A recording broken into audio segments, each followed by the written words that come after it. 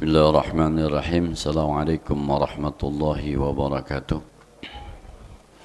Bismillah walhamdulillah wassalatu wassalamu ala rasulillah Sayyidina Muhammad ibn Abdillah wa ala alihi wa sahbihi wa man tabi'ahu ila yaumil qiyamah, amma ba'du. Jamaah salat zuhur yang berbahagia, setiap hari raya Idul Adha ada 3 tokoh yang selalu dibicarakan: Nabi Ibrahim, Siti Hajar, dan Nabi Ismail. Yang luar biasa ini sosok Nabi Ibrahim yang mencetak istri solehah bernama Hajar, dan lahir kesolehannya ini kepada putranya Ismail. Sampai-sampai saking solehnya, ketika ada perintah Allah untuk menyembelih anaknya Ismail, tanpa pikir panjang Ismail berkata, "Ya abati alma tu'maru satajiduni insyaallahu minas sabirin." Wahai ayahku, kalau itu merupakan perintah Allah, maka laksanakanlah, dan yakinlah bahwa aku adalah orang-orang yang akan sabar. Kita kenalan dengan Nabi Ibrahim, kok mana sih informasi tentang sifat Nabi Ibrahim yang bisa mencetak istri soleha dan anak soleha?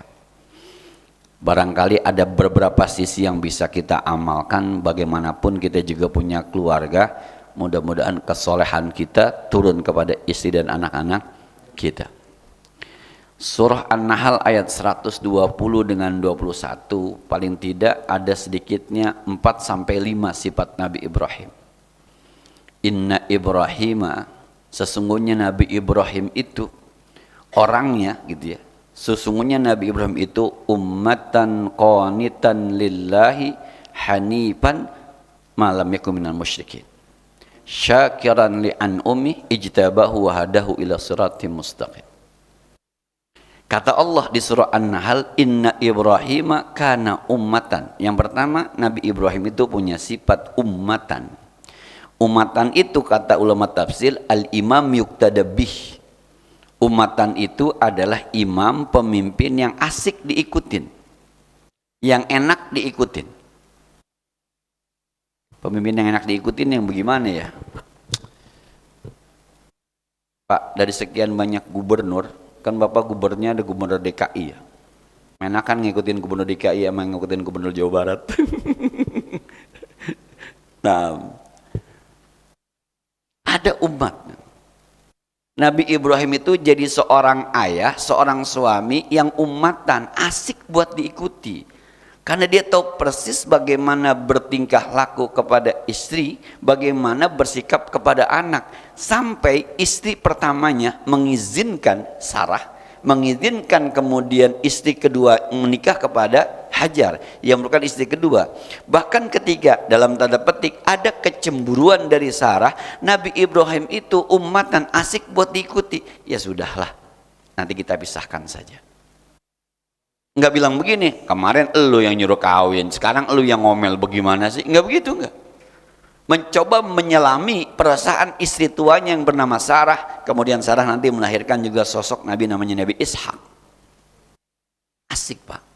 Jadi kalau kita ingin anak kita soleh, ingin istri kita soleha, maka jadilah suami yang asik untuk diikuti.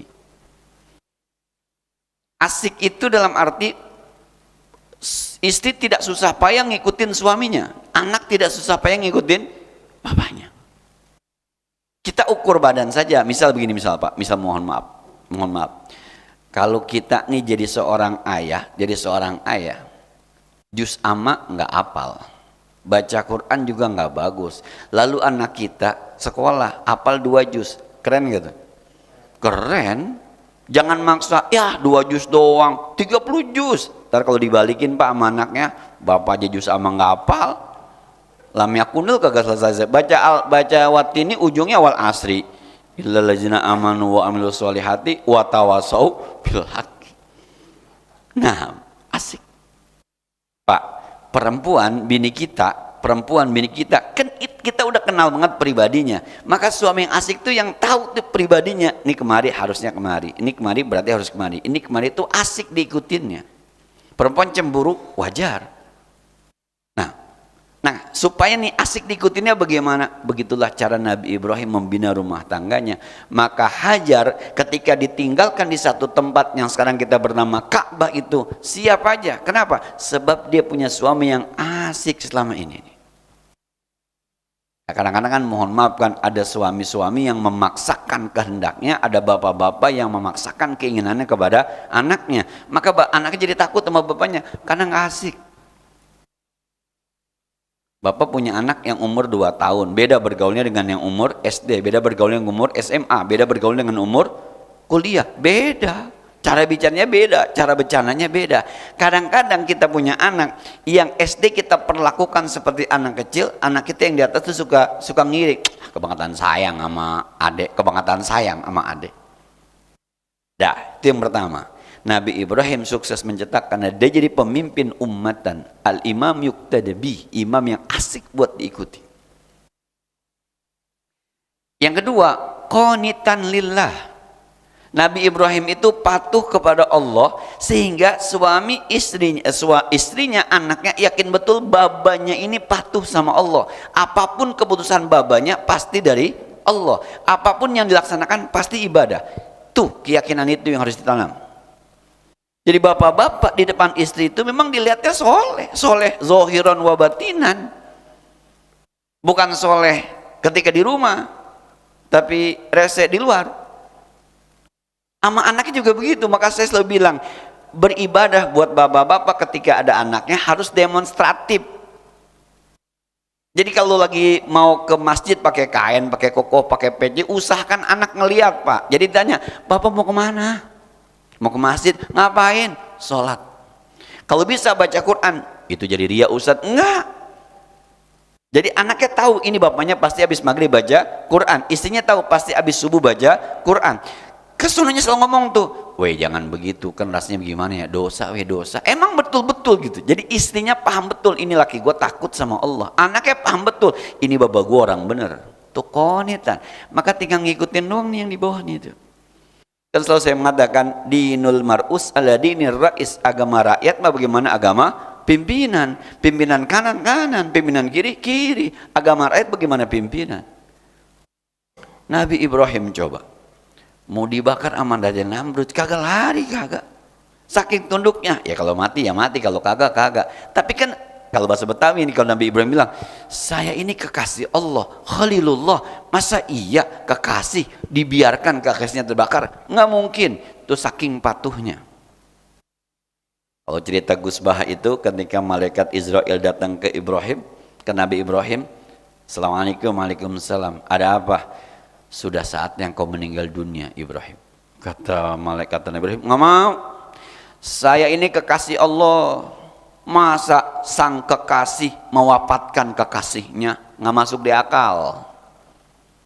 Malaikat karena makhluk yang bukan berdebat, pulang aja lapor, ya Allah, Ibrahim nggak mau mati. Kenapa jawabannya? Masa kau kekasihnya ingin membunuh kekasihnya? Aku kan Khalilullah. Apa kata Allah? Bilangin sama Ibrahim, emang seorang kekasih nggak mau ketemu sama kekasihnya? Turun lagi malaikat, Ibrahim kata Allah, emang anda kekasih Allah nggak mau ketemu sama Allah kekasihmu? Ya mau. Ya udah, sekarang aja meninggal ya. Tuh, Ibrahim.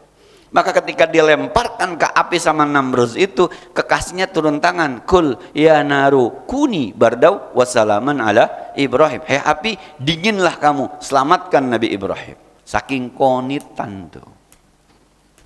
Yang susah Pak, kita nih kalau jadi suami, di pala bini kita udah kagak bener, itu yang susah. Di pala anak kita dianggap kagak bener, itu yang susah.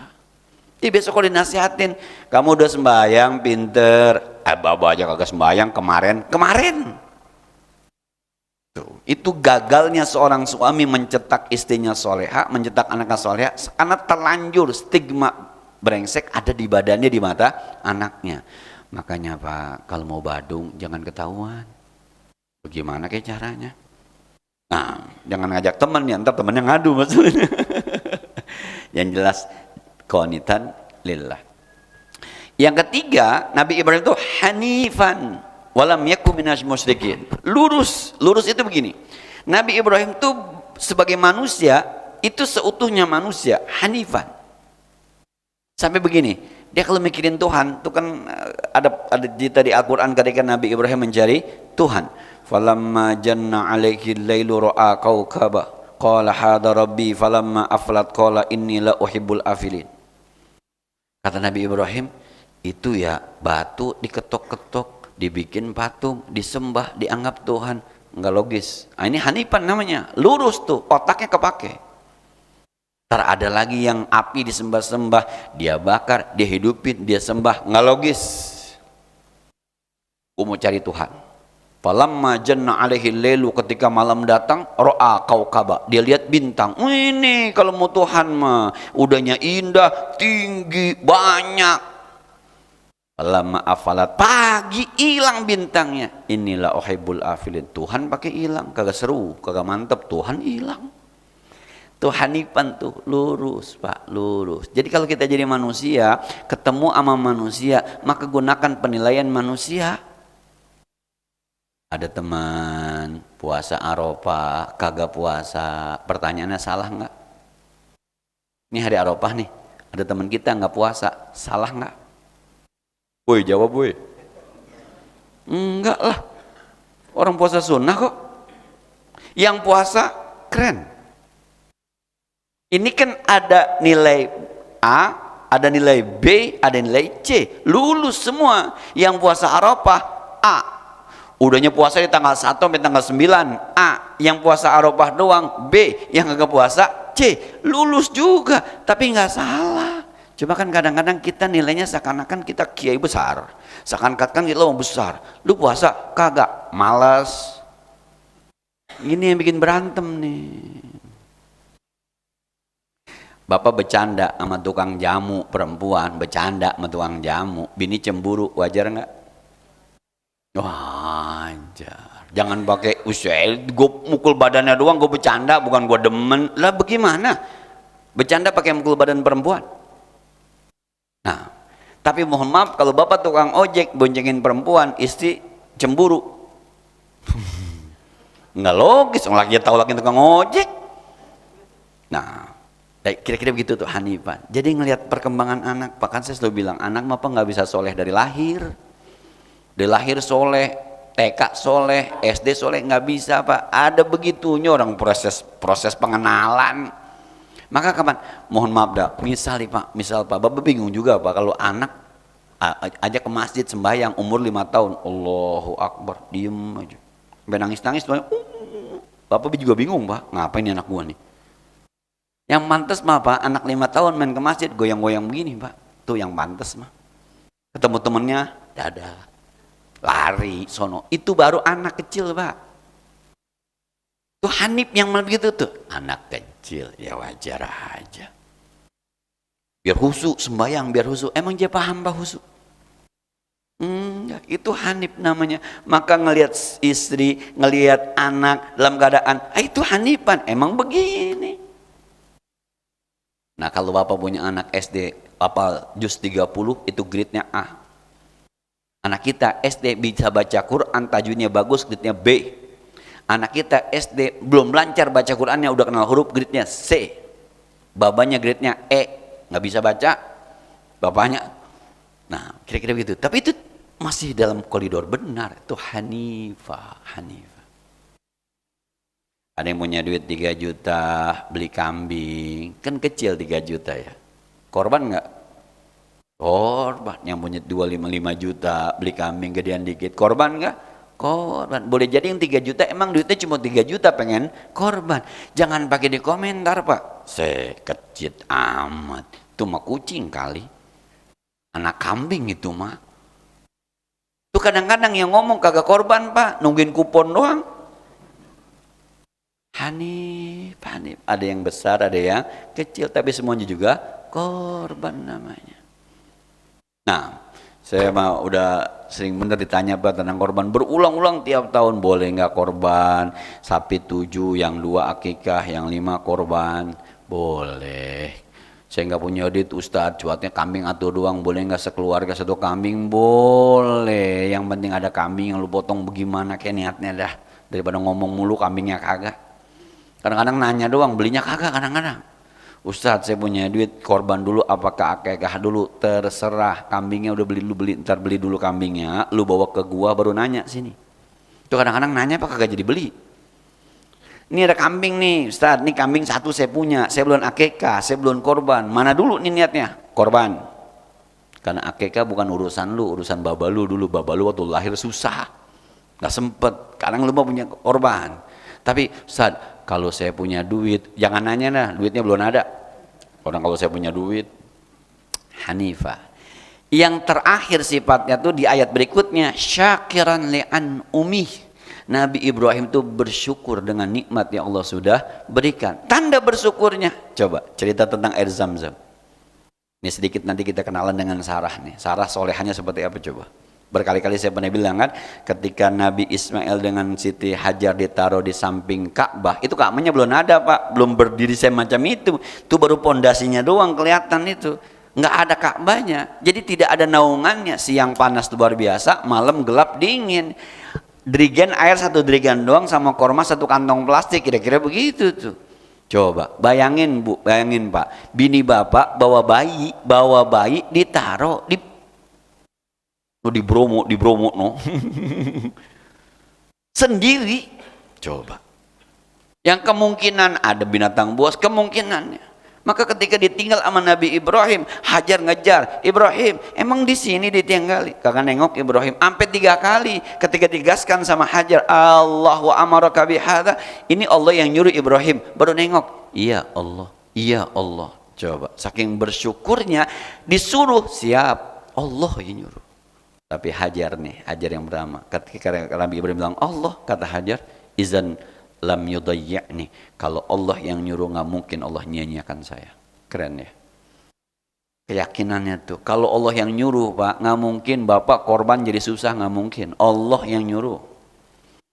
Punya duit 7 juta, kambing 3 juta, paksa ambil, saya ini banyak amat, nggak mungkin Pak. Kalau Allah yang nyuruh nggak mungkin. Keyakinan itu yang sama kita gak ada. Sama kita, sama saya, sama bapak-bapak kan alhamdulillah besok pada korban semua kan. Amin. Aminnya lemes kayaknya, saya nggak percaya tuh. Nah, keyakinan itu Pak.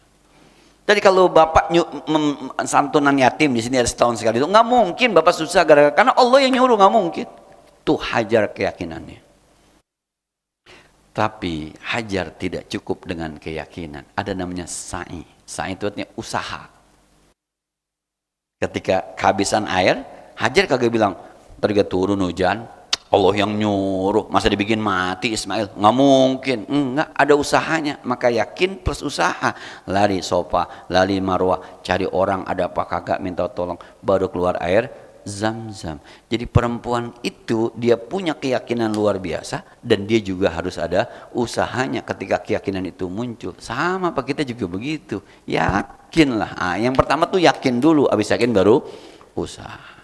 Saya kira ini kesimpulannya. Jadi saya dan kita semua kalau mau nyontek Nabi Ibrahim itu sifatnya yang pertama yang pertama itu inna Ibrahim kana ummatan, harus jadi pemimpin yang asik diikuti. Qanitan, rakyatnya tahu persis kita, anak dan istri kita tahu bahwa kita memang patuh kepada Allah.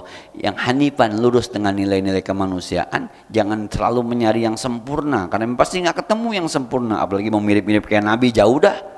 Yang terakhir syakiran li'an umi. Semoga ini turun ke istri kita punya keyakinan dan yang usaha luar biasa untuk menjadikan anaknya saleh. Demikian, assalamualaikum warahmatullahi wabarakatuh.